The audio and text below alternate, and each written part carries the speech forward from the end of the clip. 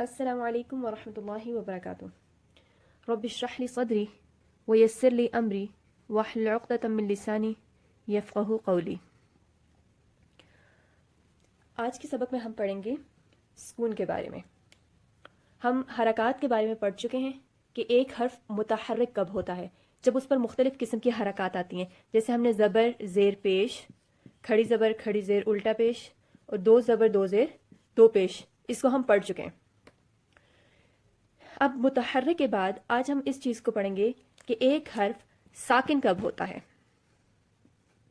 ساکن کہتے ہیں اس چیز کو جس میں کسی بھی قسم کی کوئی حرکت نہ ہو. سکون کو جزم بھی کہا جاتا ہے.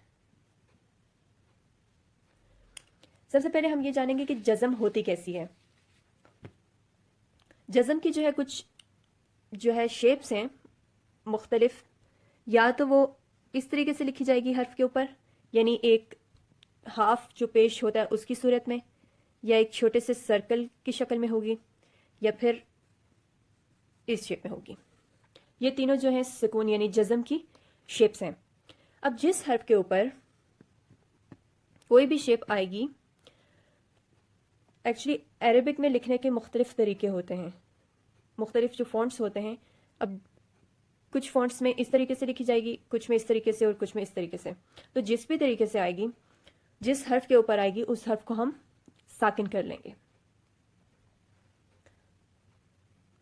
ساکن کرنے کا یہ مطلب ہے کہ ہم اس پر کوئی حرکت نہیں پڑیں گے، یعنی اس حرف میں کوئی موومنٹ نہیں ہوگی. اب جب اس حرف میں کوئی موومنٹ نہیں ہوگی تو اس کے پڑھنے کا طریقہ کیا ہوگا؟ اس سے ہمیں یہ پتہ چلا کہ جو حرف ساکن ہوتا ہے وہ محتاج ہوتا ہے ایک اور حرف کا، جس کی حرکت کے ساتھ اس ساکن حرف کو پڑھا جائے گا. اگر اس کے ساتھ کوئی حرف نہیں مل رہا تو ساکن حرف ادا ہی نہیں ہو سکتا. اسی لیے اٹس امپورٹنٹ کہ اس سے پہلے ایک حرف ہوگا جس کی حرکت کے ساتھ ہم اس ساکن حرف کو پڑھیں گے. حمزہ نون زبر ان. اب ہم نے نون کو پڑھا ہے لیکن اس میں کوئی موومنٹ نہیں دی، ان، اس پہ ہم فوراً سے رک گئے. اب اس میں جو زیادہ پریکٹس کرنے والی چیز ہے وہ یہ ہے کہ جو ہمارے حروف الہجا ہیں اس میں میجورٹی لیٹرز ایسے ہیں جن کو، جو اکثریت حروف کی، ان کو جب ہم ساکن کریں گے تو فوراً سے رک جائیں گے. جیسے نون ہو گیا، میم ہو گیا، تا ہو گیا اور باقی تمام حروف. ان پہ جب ہم ان کو ساکن پڑھیں گے، ان پہ جب سکون آئے گا تو ہم ان پہ فوراً سے رک جائیں گے. ان، ام، ات، اس حرف میں کسی بھی قسم کی کوئی موومنٹ نہیں ہوگی. بٹ کچھ اور لیٹرز ہیں، وہ حروف جن کو ہم پیچھے ایک سبق میں پڑھ چکے ہیں، ان حروف کو حروف قلقلہ کہتے ہیں. حروف قلقلہ یعنی قلقلہ ہوتا ہی تب ہے جب حرف ساکن ہوتا ہے، اور جب وہ حروف ساکن ہوں گے تو ان میں ایک ایکو یعنی ایک باؤنس ہوگا. ان پہ ہم فوراً سے رکیں گے نہیں. میں آپ کو پریکٹس کراتی ہوں. وہ 5 حروف ہیں: قاف، قا، با، جیم اور دال. ان 5 حروف پر اگر جزم آتی ہے، یہ 5 حروف اگر ساکن ہوتے ہیں تو ہم ان پہ فوراً سے نہیں رکیں گے بلکہ ہم ان کو باؤنس کریں گے. اق. اب اگر ہم باریک کاف لے لیں، اق، فوراً سے رک جائیں گے بٹ اس میں ہم باؤنس کریں گے.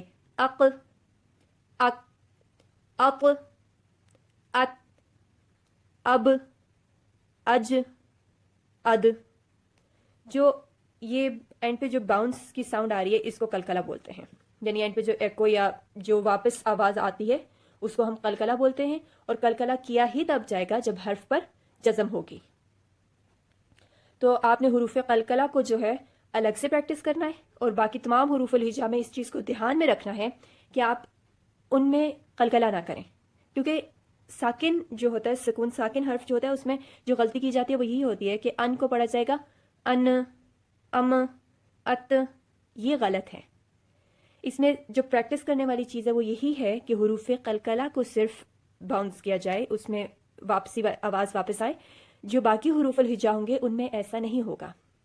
آپ نے تمام حروف الہجا کو پریکٹس کرنا ہے اور میک شیور کرنا ہے کہ قلقلہ صرف حروف قلقلہ پر ہو اور باقی تمام حروف پر انسٹنٹ رکنا ہے.